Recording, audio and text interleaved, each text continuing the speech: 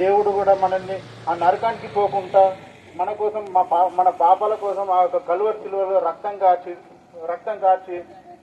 ఆ యొక్క సిలువలో రక్తం కార్చి మన పాపాల కొరకు చనిపోయి మరలా మూడు దినాలను తిరిగి లేచాడు. అందును బట్టి మీరందరూ కూడా మరి ఈ యొక్క సువార్త ద్వారా మీరందరూ ఆ యొక్క దేవుని మార్గంలో నడవాలని మేము ఎంతో ఆశిస్తున్నాము. కావున ప్రజలారా, మరి నా యొక్క జీవితంలో కూడా నేను కూడా ఎన్నో పాపాలు చేశాను. ఆ యొక్క దేవుని కూడా నేను ఎంతో అవమానపరచేవాడిగా ఉంటున్నాను.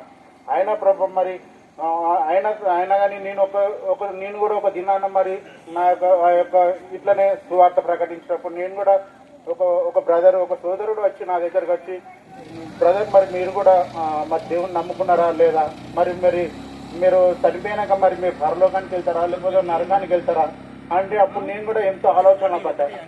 అవునని మరి నేను పరలోకానికి వెళ్ళాలంటే ఏం చేయాలి, మరి నరకానికి పోకుండా ఏం చేయాలి అని నా అంతరాత్మలో నేనే ప్రశ్నించుకున్నాను. అప్పుడు ఒక సహోదరుడు అన్నాడు, ఏం లేదు బ్రదర్, మీరు ఒక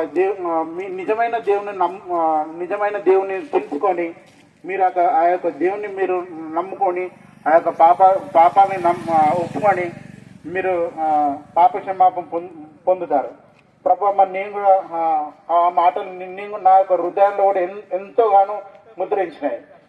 అందును బట్టి నేను ఆ దినాన్న మరి నేను చర్చికి వెళ్ళి మరి నేను కూడా ఎన్నో నేను కూడా మరి యొక్క ఉన్న దేవ సేవకులతో కూడా వారితో మాట్లాడి మరి నేను దేవుని కూడా నేను తెలుసుకున్నాను. మరి ఈ యొక్క రక్షణ ఎలా పొందాలి అనేది అంతా నువ్వు వాళ్ళని అడిగితే వారు నాకు చెప్పారు. వారు ప్రతి ఒక్కటి మందిరంలో ప్రతి ఒక్కటి వారు చెప్పారు. ఏం లేదు బ్రదర్, మీరు నువ్వు ఏ పాపం చేసినా కానీ నువ్వు ప్రతి ఒక్క పాపాన్ని ఆ యొక్క దేవుడు మిమ్మల్ని క్షమిస్తాడు. మరి నా యొక్క దేవుడు నన్ను కూడా నాకు క్షమిస్తాడని నాకు కూడా ఒక గట్టి నమ్మకం వచ్చింది. ప్రభా అప్పుడు నేను కూడా దేవుని సన్నిధిలో ఉండి మరి నేను కూడా ప్రార్థించిన, దేవుడా మరి నాకు కూడా నన్ను యొక్క పరలోక రాజ్యాన్ని చేరిపోయాడు. ఆ యొక్క నిత్య నరకానికి పోకుండా ఆ యొక్క పరలోక రాజ్యానికి చేరి నిన్ను ఆ యొక్క పరలోక రాజ్యం వారసునిగా చేయండి ప్రభా. నేను ఎంతగానో నేను ప్రయాసపడినాను. అలాగే నేను కూడా మారుమనసు పొంది రక్షణ పొంది నేను కూడా ఈరోజు మీ మధ్యకు వచ్చి ఈ యొక్క సువార్త ప్రకటిస్తున్నాను.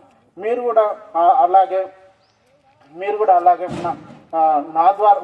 నా ద్వారా మరి ఎవరైతే మాటలు వింటున్నారో